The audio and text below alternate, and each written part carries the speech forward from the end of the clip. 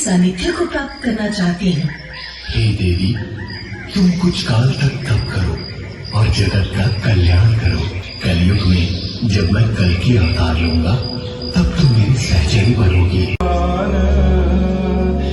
त्रिशक्ति संग वैष्णवी। देखिए, ये खुद कहते हुए अच्छा नहीं लगता, लेकिन फैक्ट है कि भारत में जो प्रोडक्शन या इस तरह के चीज़ें आज तक तैयार हुई हैं, उसमें ये उच्च स्तर का काम है। मैं आपको एक और मतलब इन्फॉर्मेशन देना चाहता हूँ। माता वैष्णो देवी पर फिल्में बनी हैं, सीरियल्स बने हैं, बहुत कुछ हुआ है, लेकिन पहला नाटक है ये आज तक का। कभी आज तक पता नहीं क्यों नहीं हुआ, इसके लिए मैं उस डिटेल्स में नहीं जाऊँगा, लेकिन ये पहला नाटक है और कई सालों से मैं सोच रहा था।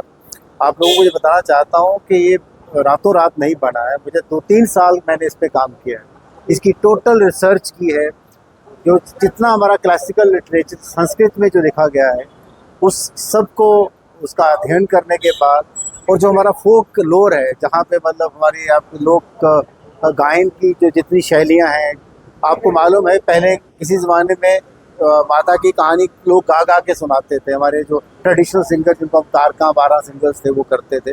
उन सब का मतलब रिकॉर्डिंग करके, उनका टेक्स्ट करके, फिर जी मैंने मतलब काफ़ी एफर्ट करके ये बनाया है। आप देख रहे हैं, आपके सामने है, आप सबने देखा।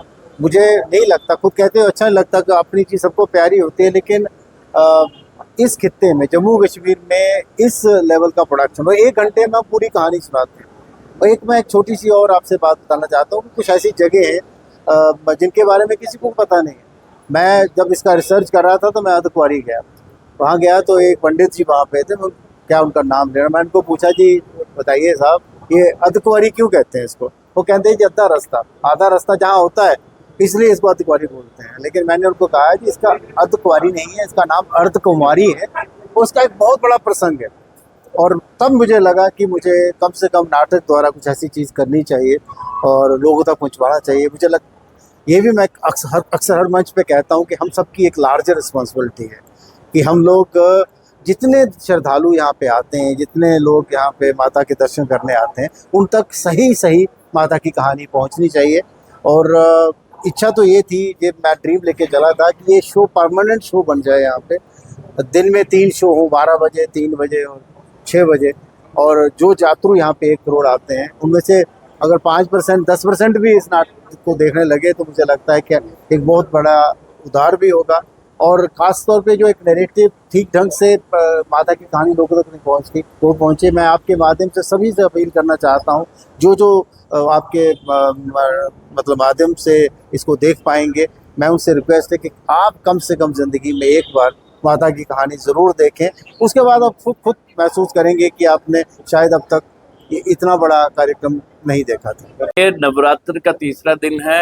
एक तो मुझे बड़ी हर्ष है, खुशी है कि नवरात्र का जो मूवमेंट ऑफ यात्रीज है, मैं रोज आ रहा हूँ, आप लोग भी देख रहे हैं, यात्रियों को किसी भी परेशानी या कठिनाई चलने में, माता के द्वार जाने में नहीं हो रही है। दूसरा, जो हमारा नवरात्र फेस्टिवल का एक बड़ा मेजर पार्ट है माता की कहानी। माता की कहानी जम्मू कश्मीर के, मैं कहूँगा, सुपुत्र श्री बलवंत ठाकुर, और उससे भी ज़्यादा हमारे रियासी के अपने बेटे बलवंत ठाकुर जी, जो पद्मश्री हैं, उन्होंने बनाया है। ये कहानी पूर्ण रूप से माता के दरबार का, माता के धाम का, वो पूरी की पूरी कहानी बताती है। कैसे माता कन्या रूप में गए, कैसे कैसे कहाँ रुके। ये हम सब लोगों के लिए एक सौभाग्य की बात है कि इतना मेगा शो हमारे अपने धरती के पुत्र ने बनाया है। मैं आप लोगों के माध्यम से जो भी पिलग्रिम यहाँ पे आ रहा है, उन तक ये रिक्वेस्ट करूँगा कि इस शो को एक बारी ज़रूर देखें, माता के दर्शन करें, जाने से पहले या आने के बाद, ताकि वो समझ सके कि ये जो 14-15 किलोमीटर का ट्रैक वो करते हैं, उसकी महिमा क्या है। रास्ते में पड़ते हुए स्थानों की, जो तीर्थ स्थल हैं, उनकी महिमा क्या है, और उनको कैसे कैसे ओवर द ये जो पूरी यात्रा में किस तरीके से उनका अपना अपना महत्व है।